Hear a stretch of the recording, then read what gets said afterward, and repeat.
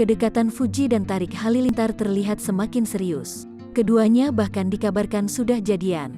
Kini, Atta Halilintar menanggapi hubungan spesial adiknya, Tarik Halilintar dengan adik mendiang Bibi Ardiansyah, Fujianti Utami sebagai kakak. Atta Halilintar tidak mempermasalahkan hubungan Tarik dan Fuji. Ia pun mendukung asal keduanya bahagia.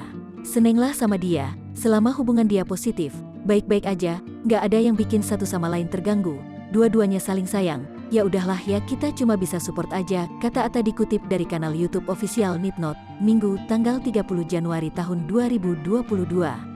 Atta juga mengungkap bahwa Tarik beberapa kali curhat padanya soal hubungan asmara. Diketahui, Tarik dan Fuji kini terang-terangan mengungkap hubungan mereka. Hal ini terlihat dari postingan mereka di Instagram. Tarik Halilintar dan Fuji kerap memamerkan kemesraan mereka di media sosial maupun di publik.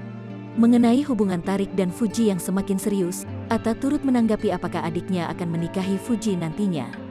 Menurut Atta, hal tersebut masih terlalu dini, apalagi ini bukan hak dia untuk menentukan pasangan Tarik.